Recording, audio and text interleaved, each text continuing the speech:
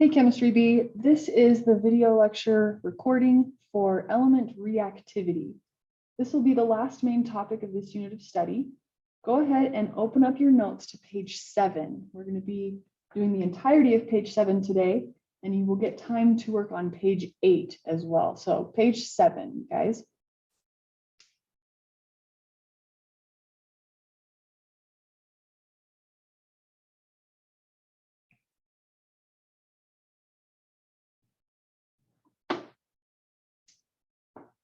Okay, once you get to page 7, let's go ahead and just get started. So this is a really interesting topic.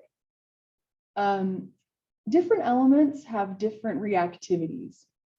The ability of an element to react is referred to as the element's activity. Okay, this is number 1, very top of page 7. This little GIF I chose shows how it's a little misleading. You think, wow, this is totally magic. How is it changing color? Well, this compound is being exposed to heat, which is causing its color to change a little bit. Different elements are reactive in different ways. Some are very reactive, some are not very reactive. The more readily an element reacts with other substances, that means the greater its reactivity, which makes sense, right? If you're a highly reactive person, that means you're probably going to be able to, get in fights with other people pretty easy. If you're someone who's super duper chill, you're non-reactive, right? We'll kind of talk about that a little bit later. So on the periodic table, which we have up here, there are certain elements that are highly reactive, and there are other elements that are not very reactive. Now, we've talked about the periodic table before in Chemistry A in a lot. So what I want you to do is just make a prediction, knowing what you know about the periodic table, maybe valence electrons, electronegativity, which elements do you think might be highly reactive? Go ahead, think to yourself and talk to your table partner. I'll give you about 20 seconds.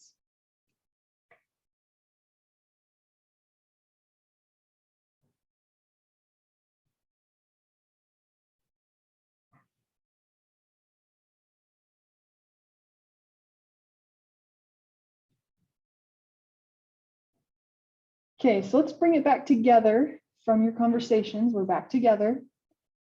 Now, maybe some of you thought, okay, let's remember valence electrons and the magic number of valence electrons and electronegativity. And you may have remembered that fluorine is our most electronegative element. It really wants those electrons, and it's pretty reactive. So maybe you said fluorine, that's highly reactive.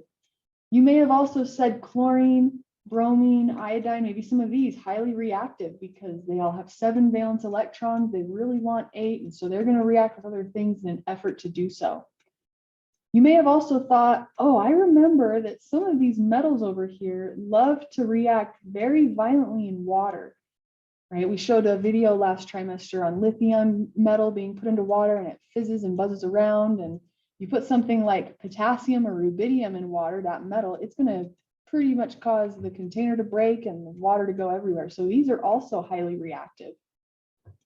So on the periodic table, elements that have 1 valence electron or 7 valence electrons, those are going to be highly reactive. Other ones, not so much. Now, there's a lot more to this than just 1 versus 7 valence electrons, which is why I'm going to introduce what's called an activity series to you that tells you which elements are more reactive than others. So an activity series, you guys have this table on page 7. It lists elements according to how easily they undergo chemical reactions. So you have this list right here. I've kind of tried to break it up so it doesn't seem like a whole bunch of jumbled letters. We have our list of metals here on the left. We have our list of halogen nonmetals here on the right. Okay. Now it's organized such that I'm actually going to have you draw some arrows. So go ahead and draw an arrow. The arrow is pointing up because the higher up you get, the more reactive that metal is. I'm also going to have you draw a little arrow for the halogen nonmetals. So you should draw these 2 arrows in your notes. Okay, both are pointing up. They point to the more reactive element. So Those near the top are highly reactive. Those near the bottom are not as reactive. Now we'll see that elements that are highly reactive are going to be more likely to do chemical reactions and to participate in the different types of chemical reactions we'll look at. This should help you answer question number 2 in your notes. So take about 15 seconds, answer question number 2.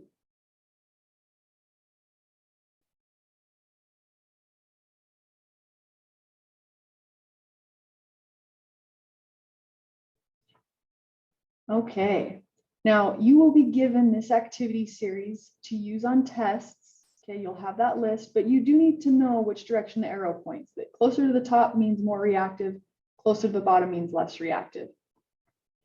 And we've separated the metals from the non-metals because of how single displacement reactions work, which we'll get to today. All right, now let's talk about a couple examples and applications here. Let's look at gold. Gold is down here at the bottom, symbolized AU. Gold is not reactive, okay? It's pretty inert. It is not going to make stuff happen, which is useful. There's a few things that you can use gold for. They've been for the last several hundred years when people need a new tooth or a filling in their tooth. Sometimes they'll use gold as the filling. They don't use this as much anymore. Usually they use synthetic now, but before they had synthetics, sometimes they use gold because gold is going to last. It's not going to degrade. It's not going to react with the food that you eat. It's just going to sit there and be fine. Another thing that gold is used for is computer chips, motherboards, okay, the parts that build a computer. You don't want to have your computer degrade or have it just stop working. And if you use different metals, that might happen. So if you use gold, it'll stay very stable. Gold is also sometimes used in medical devices, like if people are on life support devices or certain things that need to be reliable, you'll use gold for it. Now let's look at aluminum and iron. So aluminum, iron, these are more active metals. They're much more reactive than gold. Maybe some of you are soda drinkers or you like Coca-Cola. You maybe thought to yourself, man, Coke from a can is not as good as Coke from a bottle. Sometimes the Coke from a can can have a little bit of a metallic taste to it. And sometimes people don't prefer that. The reason that it gets that metallic taste is because the aluminum that's making up the can is very reactive, and it can actually, when kept long enough, can change the flavor of the food or the drink that it contains. So that's why cans, the drinks in cans are a little bit different taste than those in bottles, okay? This is another reason why when you're cooking or specifically when you're baking, you want to avoid certain metals for bowls or for storing the food because they're going to be pretty reactive and might change the flavor of the food.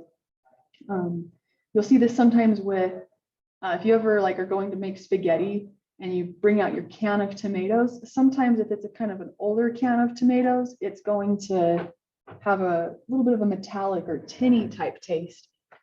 And it's because it's reacted with the container. So if you want to keep some containers that are not going to be very reactive, maybe just get gold containers. That will not transfer flavor to the food at all. Okay, let's do some practice together. We're going to look at question number 3. This says, for each pair of elements, circle the element that is more reactive. All we're going to do right here is find the pairs on the activity series table. Whichever one's higher up, that one's more reactive. Okay. So first of all, SR and K. SR is right here near the top. K is right above it. So which one is more reactive? It is K, potassium. Okay, next one, Mn, which is manganese, and Ca, which is calcium. In this case, calcium's up higher, so calcium is more reactive. Next one, tin, Sn, is right here, kind of towards bottom third.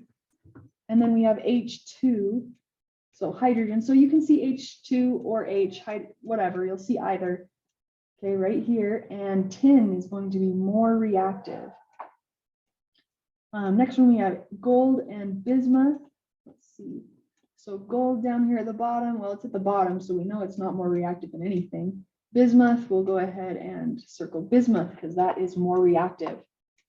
Next one we have aluminum and tin. So aluminum, we've got Al right here, tin, SN, keep on moving it, there we go. Aluminum is higher on our reactivity series table, so aluminum is the more reactive element. Finally, let's look at iron, which is right there, and zinc, which is just above iron, so zinc is more reactive. Okay, if you can figure out which one's more reactive, you will be able to do this next thing we're going to do. Okay, so again, just looking at which one's higher or lower on the table. Okay, let's talk about single displacement reactions. If you remember, hopefully you do, in a single displacement reaction, we're going to have a single element replace an element from the compound in which it's reacting. Okay, we're going to predict what products it's going to make. Now, zinc is a metal. Zinc, it usually, when it's on the periodic table, it's going to have a charge of +2. Now we need to figure out, is zinc going to displace hydrogen or is it going to displace chlorine? Well, let's look at the ions that are formed. Hydrogen has a +1 charge and chlorine has a -1 charge. Now, zinc is a cation, it's positively charged. It can only replace a positively charged thing. So we know already that it's not going to replace chlorine because they're not the same type of charge. So zinc, we're going to see, is it going to hop in and trade spaces with the hydrogen? Well, let's take a look. Zinc on our activity series is right towards the middle, and hydrogen is down here at the bottom. So zinc is more reactive. Zinc is favored. And so if we have this reaction taking place, it will happen. Zinc is going to kick out hydrogen because it is much more reactive. So when we see that happening, we're going to have zinc with chlorine, zinc chloride. That's going to be the formula for zinc chloride. And this is not in your notes, you're just watching. And if the hydrogen's by itself, it is left. And because it's diatomic, we have to have the 2 subscript. Okay. So when we're looking at this, we got to figure out which elements are being displaced and is it going to happen? We use the activity series to help us with that. The best way is just to do a few examples. So let's look at number 4. This says use the activity series table to predict the product of each single displacement reaction below. All right, so we have Cr with a +3, and let's go ahead and just find that over here. Chromium is right there. Okay, now we have H2O, which that's made of hydrogen and oxygen. We know that hydrogen has a +1 charge. Oxygen has a -2 charge. Now, if chromium has a +3 charge, it can't trade spots with the oxygen because oxygen has an opposite charge. It has to trade spots with a similar charge, meaning both positive. So we're going to compare chromium to hydrogen. And hydrogen is down here. So chromium's higher. Yes, this reaction is going to take place. So we're going to have the chromium and the hydrogen switch spots. And we're going to be left with hydrogen gas. And let's figure out the compound we have. If we have Cr with a +3 charge and oxygen with a -2 charge, those will do the swap and drop. And then we're left with Cr2O3 as our formula. So these are the products that we're predicting. Let's do the next one together. I'm going to change colors just to try to keep us from getting all mixed up. Okay, here we have cadmium +2 charge with HBr, we know that hydrogen has a +1 charge. It's our cation, and bromine is a -1 charge. So cadmium has to change places with the hydrogen. Let's see if they'll actually do it. So we got right there and right there. And yes, this is going to happen because hydrogen is lower. Hydrogen is not going to be favored. It's going to be the cadmium that is favored. So we know that hydrogen gas is going to be left out. And we're left with CD +2 and BR -1. So when we swap and drop, we're left with CDBR2. Okay. All right, let's do another one. Last one, magnesium and water. So we have Mg, which is, let's go ahead and find it on our activity series, Mg, right up here. Okay. And we have hydrogen, which is way down here. So yeah, this is going to happen. The magnesium and the hydrogen are going to switch spots. So our hydrogen is left out. And then magnesium has a +2 charge. So Mg +2. Oxygen has a -2 charge. You swap and drop and you get MgO as your formula. So that's basically the use of the activity series. We just figure out which one's higher up. Whichever one is higher up will be favored. Okay. Now there are some times where a reaction may not take place. And so what we're doing with number 5 is we have to first figure out, is the reaction going to happen? And then if it does, we predict products. If it doesn't, we don't have to predict products because the reaction won't take place. Let's see. So now let's see, letter A.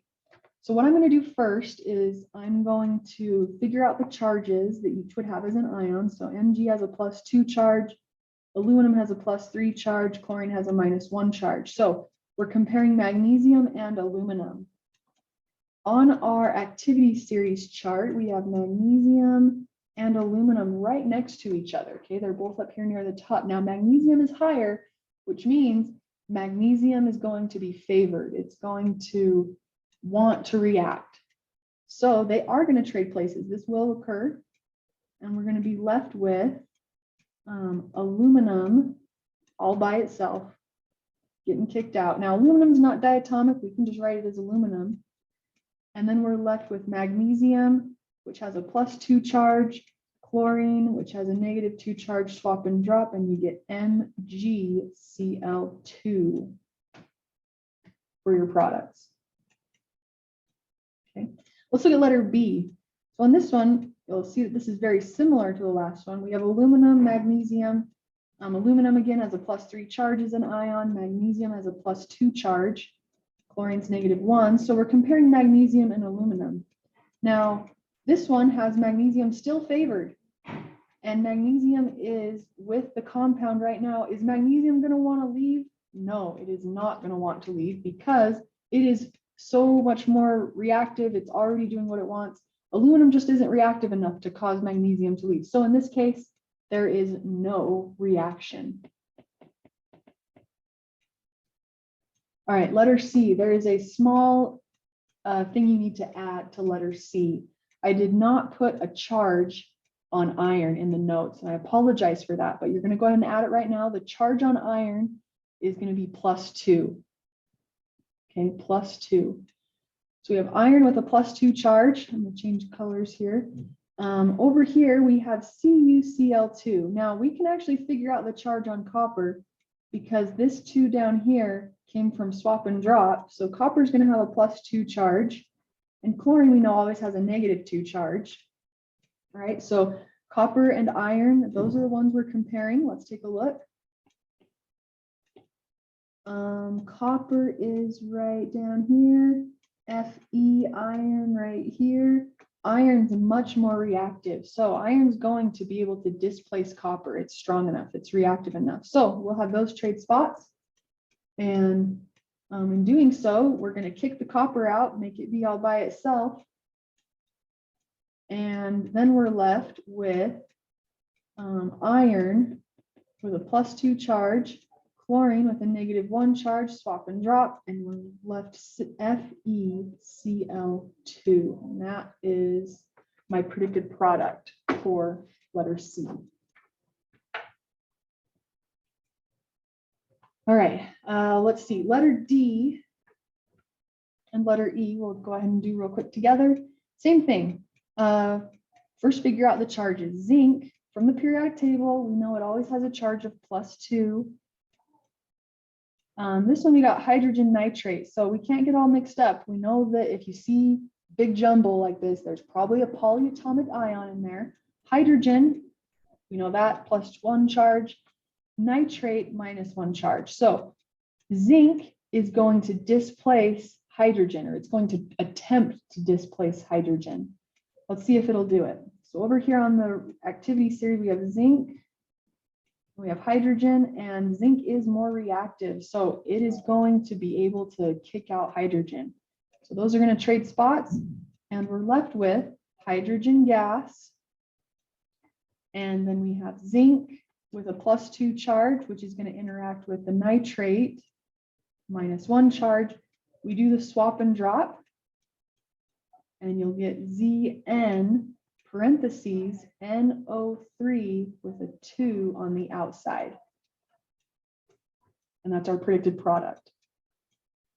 Okay, letter E, MgCl2 and Br2. Okay, in this case, let's just get the charges. Mg +2 charge, chlorine -1 charge, bromine -1 charge. So the two things that have the similar charges are what's going to displace. Bromine's by itself, it's got a negative charge, so it has to displace the negative charge over here, the chlorine. Okay, or it's going to try to. Let's go ahead and see if it'll do that. Now on this one, we're actually going to look over here at the halogen list. And we've got bromine, and we've got chlorine. Now, chlorine is higher up on the list. It's more reactive, it's favored. So bromine is not going to be able to displace chlorine. It's not strong enough. So in this case, there is no reaction. Okay. So that's single displacement. Figure out the charges, see which ones are going to be competing for that compound space. And then you're just using your activity series to determine if the reaction will happen. If it will, you just use your ions to figure out the formulas. Okay, let's talk and remember double displacement. We went over this already. You've seen this exact slide. So in double displacement, you have two compounds that will exchange ions. When you're looking at something like this, the first thing you got to do is break up the ions. Now, you're not writing this out, you're just watching because you've already written this in your notes somewhere. So sodium hydroxide breaks up into sodium with a +1 charge and hydroxide with a -1 charge. Calcium bromide breaks up into calcium with a +2 charge and bromine with a -1 charge. Now, these ions are going to exchange, so the sodium and the calcium are going to trade spots. Or you could say the hydroxide and the bromine are going to trade spots, either or. And when that happens, all right, I had some tiny technical difficulties, sorry about that. So as I was saying, when these two compounds react, the ions are going to trade spots. So now sodium is going to be with bromine, and calcium is going to be with hydroxide. They are going to form these two new compounds. Now, using swap and drop and my rules for ionic formulas, I can figure out the formulas here. And there we go. So now sodium is with bromine and calcium is with hydroxide. Okay, they did a double displacement. It's important to remember, this is number 6 on page 7. This is number 6 to fill out. In a double displacement reaction, cations, the positively charged elements, right, those are positive, will always replace cations, and anions will always replace anions, and anions are not positively charged, they are negatively charged. Okay, so negative replaces negative, positive replaces positive. All right, okay, number 7, we're going to do these ones together. We're predicting products. So these are all going to be double displacement. First thing I want to do is write down the ions that I'm given. So Over here, I have lead, Pb, and I know the ion charge because this subscript 2 came from swap and drop, and when you break up the ions and put that back, you know that lead has a +2 charge. NO3 is nitrate. Nitrate has a -1 charge. Now, next I have potassium. K has a +1 charge, and iodine has a -1 charge. So what I'm going to do is I'm going to have the positives trade spots.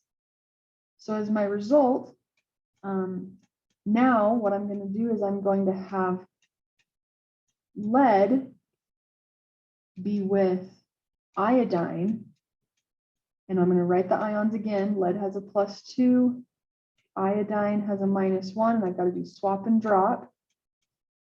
So I'll have Pb, Pbi2 as one compound, and the other one is going to be potassium. And we'll do the charges first. Potassium with a +1 charge, nitrate with a -1 charge, and those cancel out, KNO3. So my formula products are right here. You don't need to balance these equations. I'm not as worried about that for right now, but just make sure that you can predict those products. Okay, let's do the next one together. Okay, for this one, I have iron and chlorine. Iron, this is actually iron 2 chloride. Iron's going to have a +2 charge. I know that because the 2 down here, swap and drop, reverse, becomes the charge. Chlorine has a -1 charge. Okay. Now over here, I have sodium. I know that sodium is going to have a charge of +1. And CO3, now that looks like a mess, but that's carbonate. And we know from our polyatomic ion sheet that carbonate, CO3, has a -2 charge. Okay, so now the positives are going to trade spots. The iron and the sodium are going to switch the elements that they are bound with. So we'll have sodium with a +1 charge. Instead of being bound to carbonate like it is at the beginning, now it's going to be bound to chlorine. Chlorine has a -1 charge. Those cancel out, and I'm left with NaCl. There we go. And then I've got iron, Fe, with a +2 charge, and it's going to be now bound with carbonate, which has a CO3 -2 charge. And those will cancel out. And so then I'm left with FeCO3. Okay. All righty. Okay. Letter C. Let's do this one together. I'm going to change colors. Okay, we have zinc and sulfate. So zinc is an ion with a +2 charge. Sulfate, SO4, has a -2 charge. And then we have lithium, which has a +1 charge, and carbonate, CO3, which has a -2 charge. So the positives and positives will switch. The zinc and the lithium are going to trade spots. So now my reactants, we're going to have lithium with sulfate, lithium with a +1 charge, sulfate, SO4, -2 charge. So we do swap and drop, and I get Li2SO4. And then we're going to draw zinc with its +2 charge, and it's going to be with carbonate, CO3, with its -2 charge. Those cancel out, so I get ZnCO3. And those are my products. Okay, letter D. Sodium, nitrate, Na +1, nitrate, NO3 -1, and then I've got lead right here with oxygen. Now I can figure out the charge on lead because I know oxygen has a -2 charge, so lead must have a +2 charge. Pb +2, O -2. Okay, positives will switch spots. So sodium and lead are going to change places, and I'm going to be left with sodium with a +1 charge with oxygen. Now instead, and we're going to swap and drop. So I get Na2O. And then I'm going to have lead, Pb, with a +2 charge. And that's going to be with nitrate, NO3 -1. So we'll do some swap and drop there. You'll get Pb parenthesis NO3 2. And those will be added together. There we go. All right. Last one. I'm going to actually erase this. No, I'll just change colors in case someone's still trying to catch up. Okay, we have V2O5. V is vanadium. That's a transition metal. From swap and drop, we know that vanadium has a charge of +5. Okay. Oxygen's got a charge of -2. And then we have calcium with a +2 charge and sulfur with a -2 charge. Okay. So the positives are going to trade spots. So we'll have vanadium with its +5 charge now with sulfur instead -2. That's going to swap and drop. So we're going to get V2S5 plus. Now we'll have calcium with its +2 charge and oxygen with its -2 charge. So you just get CaO. Those are your products. Okay, the last thing is you guys are now having time to work on page 8 in your notes. Your instructions for page 8, let's read those together. It says, for each set of reactants, determine, or it says, predict the products that will form. Balance each completed equation. So you got a couple of things you got to do. You got to predict the products and you have to balance. You got to do both. Anything that is circled, okay, you got 2, 4, 6, 8, and 9. These ones are single displacement reactions, so you have to use your activity series table. Some of the reactions may not take place. If they're not going to happen, you'll just write no reaction. Okay. Now, remember the types of reactions that you could possibly see here are synthesis, which is where you have two things coming together. You got to predict what that single thing is going to be. You've got single displacement. Before that, you should have actually decomposition. And then you have double displacement and you have combustion. Let's actually look at one of these together because I know that you're probably going to think, how the crap am I supposed to figure this out, Mrs. H? Let's do number 7 together. Okay, number 7 is this is Al2O3. And you're supposed to figure out the product. Now, this is a single reactant. You got a single reactant. The only reaction that we've talked about is decomposition. So this is going to break up into 2 parts. So we're going to have aluminum. We're going to have oxygen. Now, aluminum is just aluminum. So you can leave it. It's just aluminum. There's not diatomic, it's not a special gas. Oxygen is a Brinkelhoff. It's diatomic. You have to have a subscript of 2. So when you write that out, make sure you include the 2. Now you can balance this one. And I'm going to leave it to you guys to get that balanced. So you have the rest of the time to work on page 8. And you're welcome to help each other out. Use the activity series. And that's all I've got for you.